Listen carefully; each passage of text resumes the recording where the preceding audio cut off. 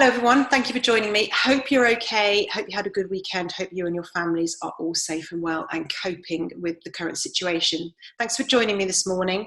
Today's session or recording will be about the Jim Collins book, Good to Great, lasts about 15 minutes, and I'm purely focusing today on what the book is about, so premise of the book and why I'm interested in it, why I think you might be interested in it, and the first set of observations that come from chapter 1.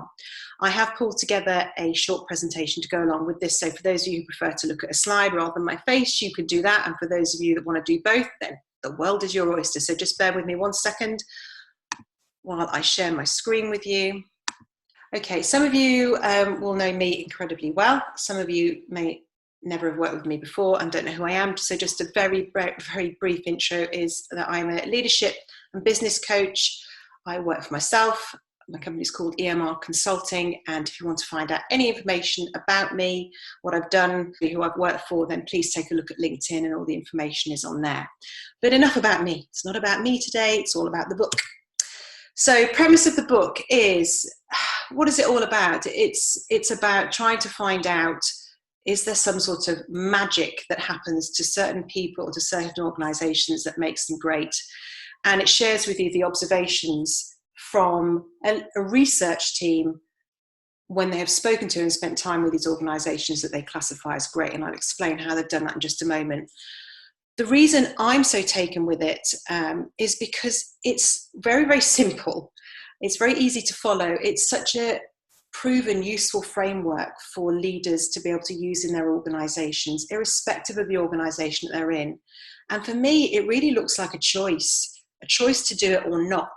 It's not an easy choice though, because this isn't going to be done easily for people that don't have the innate skills to be able to just do what I'm going to describe to you. Some people are going to have to learn something. Some people are going to have to change some of their current behavioural processes, and that takes a lot of skill, a lot of time, a lot of effort and a desire to do that.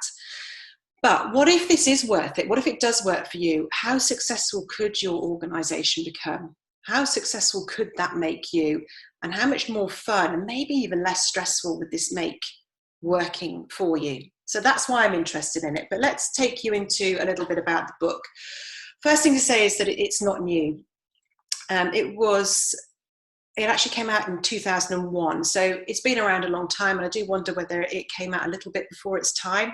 But actually, the reason that it's still so relevant now, probably even more relevant now, if we've got time to think about this and do things differently, is that it's, first of all, it's non-promotional. It's not selling anything. It's research-based. It's facts.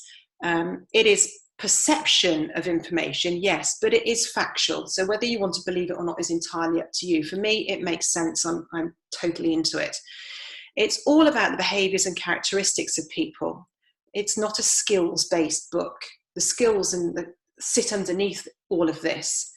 And what they've uncovered is a set of consistent, robust and fair behaviours and characteristics that seem to enable organisations to make that transition from good to great. There are 25 researchers involved in this study, so a good number of them, all very eminent in their own field, all very interested in leadership. And they started off by looking at just over 1,400 companies, all US based, and they whittled that down to 11 great companies. And to be great, they had to have shown greatness, consistency of greatness over 15 years. And the way they do that is to look at their value, their market share value over a period of time compared to very similar comparison companies in their sectors.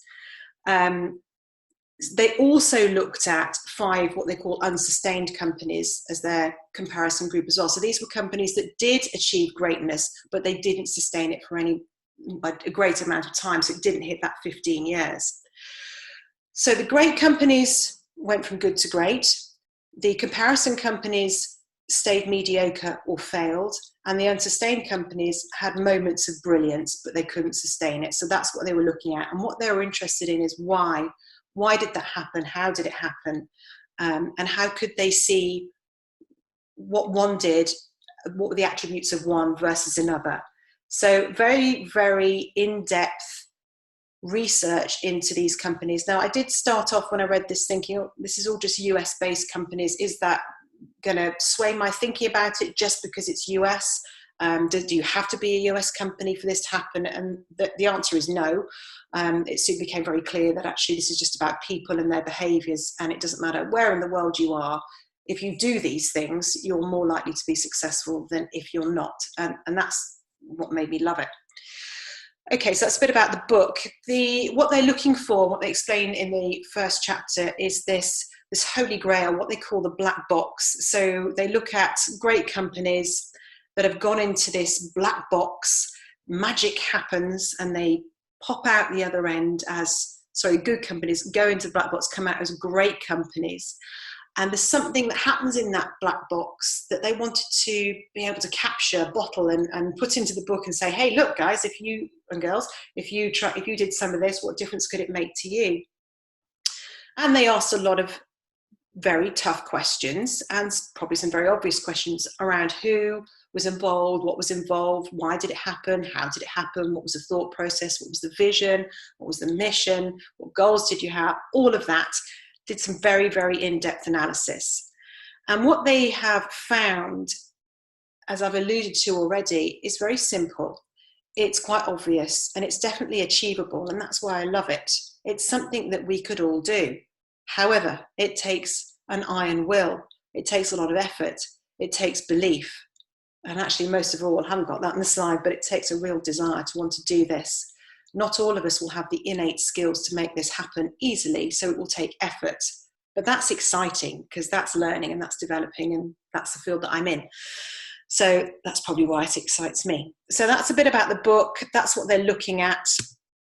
And I'm going to share with you now the key findings from the first chapter. The first findings are overarching, and then we look at these in more depth as we go through the book. So the first thing they tell you about is the fact that the leaders, the CEOs that took their organizations from good to great, went through the magic black box. At the period of transition to greatness, they were all demonstrating what they have termed level 5 leadership skills. And I will show you what that is in just a second. The other thing that was really important and goes hand in hand with that, though, is that the greatness was not achieved just by the leader. You could not attribute the success of that organization purely to the leader. So that meant that the level 5 leadership was important, but it did not equal success. It had to be everybody involved in that. And that's something to bear in mind as we go through the rest of today, but also the weeks coming up. So level 5 leadership, this hierarchy of leadership was created by Jim Collins, and it helped him and his research team be able to effectively describe and articulate what this level 5 leader does. Level 1 individuals up to level 4 effective leader, they're really self-explanatory, but this level 5 was something else. It was like the Premier League, and they couldn't quite find a name or a word to describe it, so they came up with level 5 executive leadership.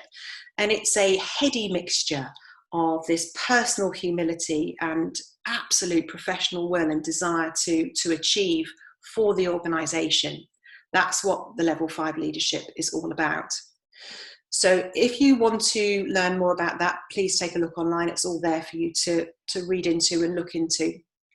But just bear in mind, they were all demonstrating level 5 leadership skills when they went through the transition from good to great. So what are the characteristics of these good to great leaders? And they're captured here on the slide for you. These are explained more in more detail as we go throughout the weeks, but just so you know from the get-go, they all had an ambition that was based on what they could gain for the greater good. They all talked about we, it wasn't I.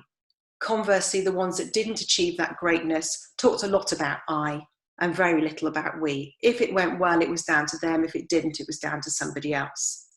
So they had this absolute desire for greatness for the company they were in. They wanted to leave a legacy of greatness as well. They were always underestimated. They were noted as sometimes a bit eccentric. They were shy, retiring types, modest, understated, and very wrongly underestimated because they made a huge difference. So just because they behaved differently to your classic, strong, loud, vibrant CEO, people assumed wrongly that they wouldn't be able to take their organisation where they wanted it to go. And they did. So they proved them wrong. They had a desire for sustainable results. So they always set up a succession plan of who was going to take over when they left. One of the things you'll learn as we go through this is these people knew when to step down. They knew when they'd done all they could do, but they set up success to continue. And that's why that 15-year period was so important. Is it wasn't that they came in, did a good job, left, and it died. It carried on because they actively looked for people that could take the mantle, take it forward, and make it even better. And they helped those people do that. The other side of the story, the ones that didn't manage to go to greatness, did exactly the opposite. They did set people, or they did look for successors, but they never set them up for success. In fact, many of them actively set these successors up for failure. And I will leave that with you to consider why that might be. They were described also as plough versus show horse. So they were real hard workers. They'd graft, they'd get down, they'd get in with the people, they'd understand, they'd listen, they'd talk. They weren't just there to put on a show for the company and stand on stage and look glitzy. They were real plough horses. And when something went well, they very much looked out of the window to the people in front of them and said it was down to these people. If something went wrong, they would immediately look in a mirror and say, that's my fault, I got it wrong. They were very humble and very ready to take blame for things. Not many leaders do that. And again, I'll leave that with you to think about why that may be. Maybe it's fear, maybe they think they shouldn't, I don't know. But these people did it the other way around and had great success. They were humble and they accepted when they got it wrong. The other side of the story, probably unsurprisingly, is for the people that, the CEOs that were with those organizations that didn't go to greatness and sometimes failed, is that the only time they looked out of the window was to blame people when it had gone wrong. It was never their fault. It was always somebody else. And the only time they looked in the mirror is when they were looking at themselves to say, hey, haven't I done well? Aren't I a clever person? Didn't I make some good choices? So I hope that's easy to understand. We go into this in more detail and break it down even further. We can start to look at the sorts of skills and behaviors that underpin this. If they are not natural skills for you, and they're not natural to everybody, and that's really normal. So that's fine. Don't worry about that. We can work on that together. But those are the characteristics of the level 5 leader that they found and shared in chapter 1. So I hope you found the first part of this interesting and useful. It may have raised some questions, some thoughts. I really hope it has, because you can now start to look at this, see whether it is useful to you, whether it's something you can implement in your world, and think about what difference it might make to you. If you have any questions at all, please just ask me, send me a message on LinkedIn. I'm happy to come back to you as soon as I can. Give me 48 hours. I'll try and do it before then, but just let me know any questions, any thoughts, any comments, anything else you'd like to see during these sessions. I might change the background again next time.